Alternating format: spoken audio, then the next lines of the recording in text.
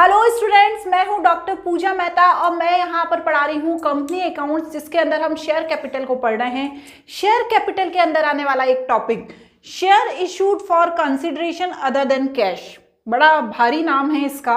इस टॉपिक को आज इस वीडियो में हम पढ़ेंगे। क्यों?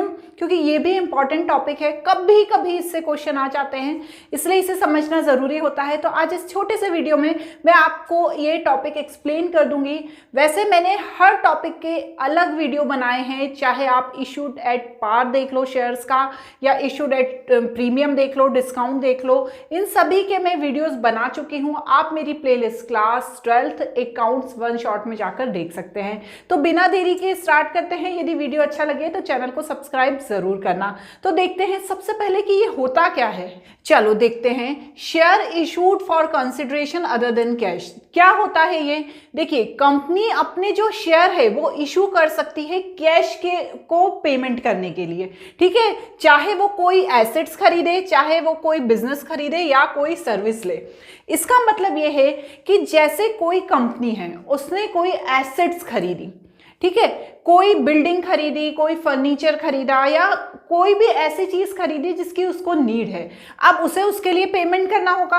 पेमेंट कैसे करेगी? कैश में करेगी या चेक के थ्रू करेगी, जैसे भी करेगी, तो उसे पेमेंट करना होगा।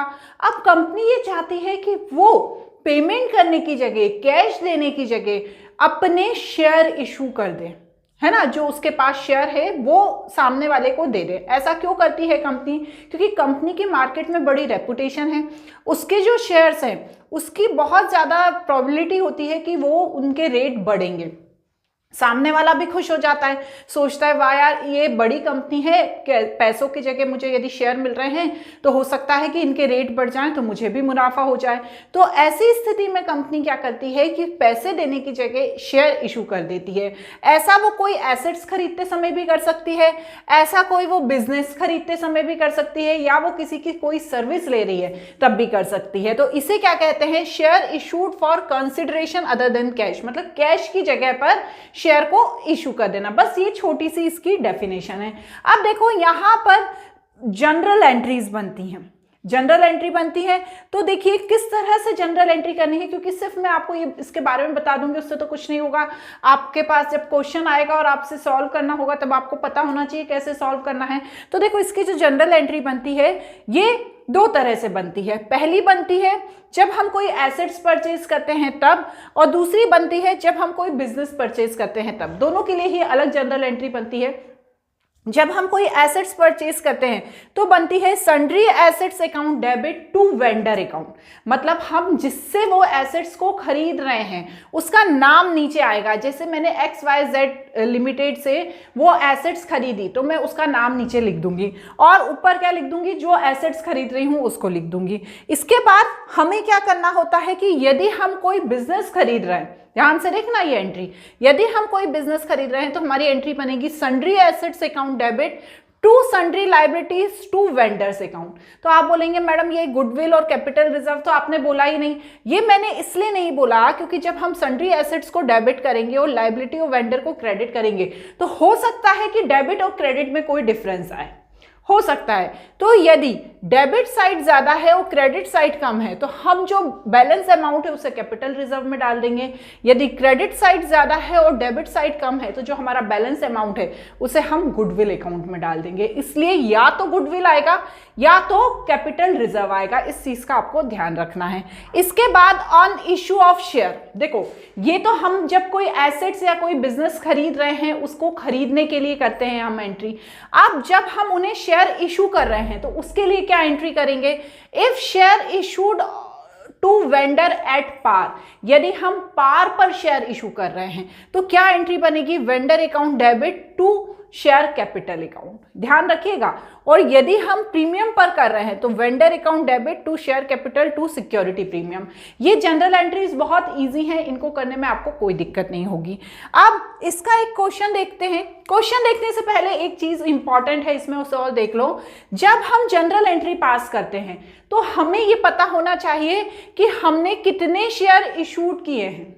अब वो कैसे पता चलेगा, तो उसके लिए आपको एक फॉर्मूला पुट करना है, purchase consideration divided issue price of share. इससे क्या होगा, हमने कितने शेयर इशू किए हैं ये हमें पता चल जाएंगे। तो अब देखो ये वाला क्वेश्चन देख लो, Newton Limited purchase machinery 6 lakh from Royal Limited, payment to be made by issue of equity share 10 each, calculate number of share to be issued to Royal Limited if the share is issued at par and premium. मतलब यह है कि सिर्फ इस फॉर्मूले को लगाने के लिए क्वेश्चन दिया हुआ है। तो देखो यदि शेयर इशू पार पर इशू किए जाते हैं, इशूड शेयर एट पार, तो फॉर्मूला यही लगेगा, परचेज कंसिडरेशन कितना है 6 लाख का, तो 6 लाख डिवाइडेड बाय 10, क्योंकि पार पर शेयर इशू हुए हैं तो कितने शेयर हुए 60,000 शेयर। लेकिन यदि प्रीमियम पर शेयर इशू हुए हैं, फॉर्मूला तब भी यही लगेगा, लेकिन यहां पर 6 लाख डिवाइडेड बाय प्रीमियम कितना है 12, तो आ जाएगा 50,000 शेयर। समझ में आया, दोनों में अंतर है, यदि पार पे हुए तो आपको 10 डिवाइड करना है, लेकिन यदि प्रीमियम पे हुए तो आपको 12 डिवाइड करना है। अब इसके आगे देखते हैं कि अब यदि क्वेश्चन बनता है तो आपको जनरल एंट्री कैसे करनी है। ठीक है, आपको जनरल एंट्री कैसे करनी है, तो देखिए इसकी जनरल एंट्री समझने के लिए हमें एक क्वेश्चन करना होगा। क्या क्वेश्चन दिया हुआ है, ध्यान से समझो। Ratnakar limited purchase assets of JC limited for 18 lakh payable in fully paid up equity share 100 each, pass journal entry in the books of Ratnakar limited. तो देखो अभी मैंने आपको जनरल एंट्री बताई है, वेंडर की जगह आपको किसका नाम लिखना है, यहां पर वेंडर की जगह लिखना है हमको जेसी का, जेसी लिमिटेड का, क्योंकि हमने रत्नाकर लिमिटेड ने जेसी लिमिटेड से खरीदी है। ठीक है, तो जेसी लिमिटेड कौन है, वेंडर है, तो हमें वेंडर का नाम लिखना है। तो हमारी एंट्री बनेगी sundry assets account debit to JC limited. अब यहां पर भी हमें वही काम करना है, वही फॉर्मूला लगाना है जैसा हमने पहले लगाया था। यहां पर दोनों में ही दिया है, देखो एट पार एट प्रीमियम। तो पहले आप साइड में एक वर्किंग कैपिटल कर लेना और वर्किंग नोट कर लेना। क्या है 18 लाख डिवाइडेड बाय शेयर का प्राइस है 100, तो यहां पर आ गया 18,000 शेयर। 18,000 शेयर इशू किए हैं, कितने शेयर इशू किए हैं 18,000 शेयर इशू किए हैं, प्राइस कितना है 100 है, मतलब कितने हो गए 18 लाख। तो यहां पर जब हम जनरल एंट्री करेंगे तो 18 लाख की ही करेंगे। अब ये तो किस चीज की हो गई, हमने जो मशीन परचेज करी। ठीक है, मशीन परचेज करने की एंट्री हो गई। अब हम सेकंड एंट्री किस पे करेंगे, एट पार पे, क्योंकि हमने पार पर मशीनरी परचेज की है। तो हम सेकंड एंट्री कैसे करेंगे, पार पे करेंगे। तो यहां पर JC Limited account debit to equity share capital, ये देने की एंट्री, आप शेयर दे रहे हो तो कितना आएगा, यहां पर भी 18 लाख ही आएगा। अब नेक्स्ट एंट्री होगी प्रीमियम की, तो प्रीमियम के लिए यही एंट्री होगी, JC Limited account debit to equity share capital account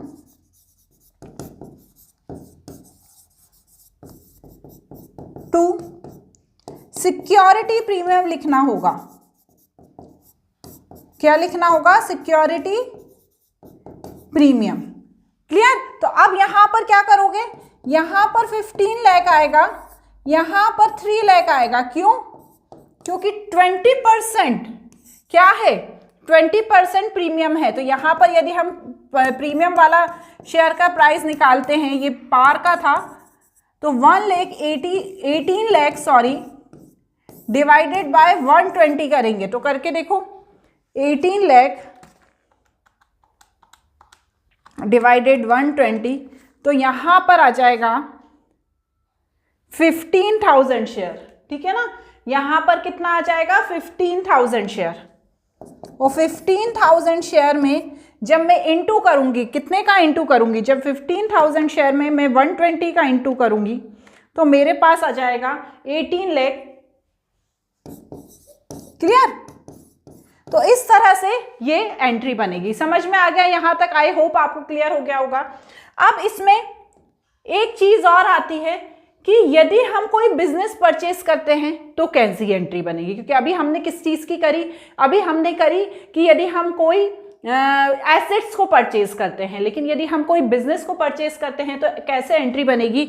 तो देखो बच्चों, ये यहाँ पर क्वेश्चन दिया हुआ है, इसी क्वेश्चन को करना है। तो देखो पढ़ो, Ranjan limited purchase running business for Vikas limited for sum 2,50,000 payable as 2,20,000 fully paid equity share 10 each and balance of bank draft. तो देखो इसे ध्यान से समझना, जो उन्होंने बिजनेस खरीदा है वो 2,50,000 का खरीदा है, लेकिन जो शेयर इशू होंगे वो कितने के होंगे, 2,20,000 के होंगे, और बाकी का पेमेंट बैंक ड्राफ्ट के थ्रू होगा। तो हमें इसकी एंट्री करते समय ध्यान रखना है, ये सारी एसेट्स दी हुई हैं, तो जितनी भी एसेट्स हैं उन्हें डेबिट कर दो। तो plant and machinery account debit, machinery account debit, building account debit, debtors account debit, stock account debit, cash account debit. ठीक है, ये है क्रेडिटर्स। तो जो क्रेडिटर्स हैं 20,000 के, वो तो कहां पर आ जाएंगे, क्रेडिट में आ जाएंगे। तो यहां पर टू क्रेडिटर्स अकाउंट, टू क्या नाम है इसका, अपनी एसेट्स हैं जो देना है हमको, उसको क्या लिखेंगे, इसके नाम से लिखेंगे ना, क्या नाम है इसका, Vikas Limited, to Vikas Limited account, और to bank account, to Vikas Limited account. अब ये देखेंगे कि हमारा किस तरफ का टोटल ज्यादा आ रहा है। ठीक है, तो पहले तो मैं अमाउंट को प्लस करके देखूंगी, 90,000, 90,000, 30,000, 50,000 एंड 20,000। अब क्रेडिटर्स भी है यहाँ 20,000, और ये कितना है, और यहां पर कितना आएगा, 2,50,000। क्लियर। अब चलो करके देखो, गुडविल आएगा कि कैपिटल रिजर्व आएगा, 90,000 प्लस 90,000 प्लस 30,000 प्लस 70,000, इसमें से ये माइनस करूंगी तो 10,000 की क्या आएगा, 10,000 का हमारे पास कैपिटल रिजर्व आएगा। तो हम उसे कहां पे डाल देंगे, कैपिटल रिजर्व में, 10,000। क्लियर हुआ। अब ये एंट्री होने के बाद एक एंट्री और होगी, स्पेस नहीं है, मैं यहां पर कर देती हूं। ठीक है, ये तो क्या हो गया, हमने जो एसेट्स ली उसकी एंट्री है। अब इसके बदले हम जो इक्विटी शेयर कैपिटल दे रहे हैं उसकी एंट्री होगी ना। तो Vikas Limited account debit 2,50,000 to equity share capital. लेकिन आप देखिए पूरे नहीं दिए हमने सिर्फ 2,20,000 के दिए हैं, तो 2,20,000, और जो बचा हुआ है वो बैंक ड्राफ्ट के थ्रू जाएगा, बैंक ड्राफ्ट अकाउंट कितना, 30,000। तो इस तरह से जब हम कोई भी बिजनेस खरीदते हैं तो जनरल एंट्री होती है। उसके बाद आ जाता है issue of share to promoters. अब ये कौन है भाई, issue of share of promoters का मतलब है ये वो लोग होते हैं जो कंपनी के इनकॉर्पोरेशन में कंपनी की मदद करते हैं। अब कंपनी का इनकॉर्पोरेशन मतलब कंपनी को बनाने में बहुत सारा काम करना होता है। ऐसा नहीं है कि बैठे बैठे घर में बैठे बैठे कंपनी खुल जाती है। कंपनी को इनकॉर्पोरेट करने में बहुत सारे काम करने होते हैं, बहुत सारे खर्चे होते हैं। अब जो कंपनी का ओनर होता है या कंपनी के डायरेक्टर्स होते हैं उनके पास टाइम नहीं होता है, तो वो एक किसी को हायर कर लेते हैं और बोलते हैं कि तुम कंपनी के कॉर्पोरेशन में हेल्प करो और मैं उसके बदले तुम्हें पेमेंट कर दूंगा। अब ये पेमेंट क्या मैं कैश में करूंगा, नहीं, ये पेमेंट में करूंगा जो कंपनी के शेयर होंगे उसको इशू करके। तो यहां पर भी कैश का कोई काम नहीं होता है। यहां पर जो कंपनी के इनकॉर्पोरेशन में जो लोग हेल्प करते हैं उन्हें क्या कहा जाता है, प्रमोटर्स कहा जाता है। और उन प्रमोटर्स को उनके काम करने के बदले शेयर इशू कर दिए जाते हैं। जितना उनको पेमेंट की बात की होती है उतने शेयर इशू कर दिए जाते हैं।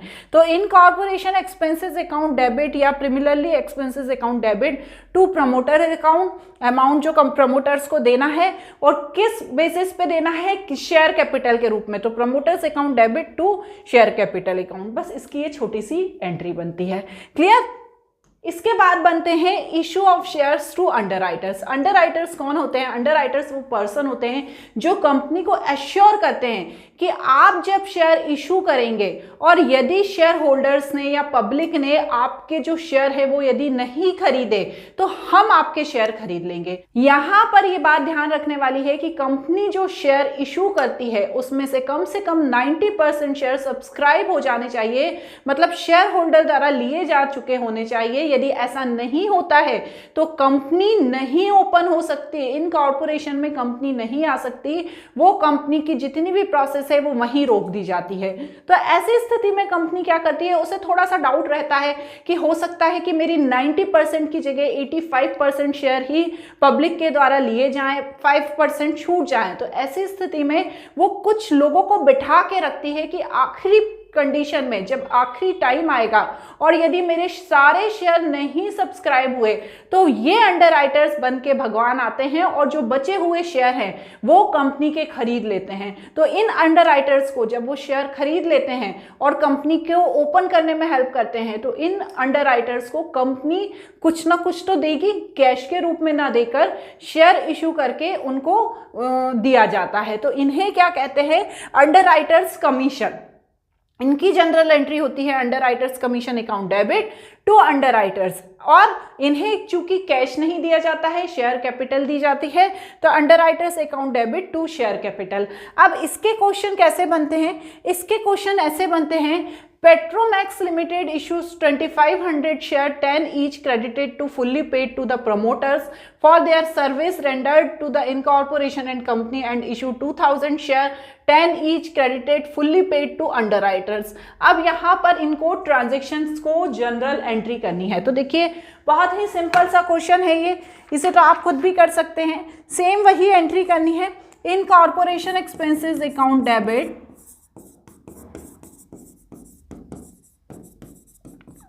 टू, कितने करे हैं हमने? 2500 इंटू 10, 25,000 टू प्रमोटर्स अकाउंट। कितने मिलेंगे? 25,000। क्लियर? अब ये तो इनको पेमेंट करना है उसकी, लेकिन जब शेयर इशू करने की बात आएगी तो क्या एंट्री बनेगी? Promoters account debit to share capital, equity share capital. यदि प्रेफरेंस हो तो वो लिख दो 25,000। क्लियर? अब इसके बाद सेम ऐसे ही अंडरराइटर्स के लिए होगी। अंडरराइटर्स ने भैया उनके शेयर खरीदे थे तो उनको कमीशन दिया जाएगा, कितने? 2000 शेयर 10 रुपीज के हिसाब से। तो यहां पर एंट्री बनेगी अंडरराइटर्स कमीशन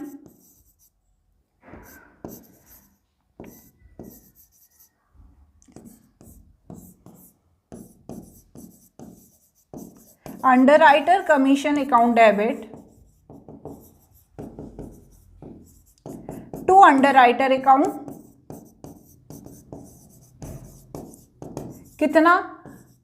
20,000, और अंडरराइटर अकाउंट डेबिट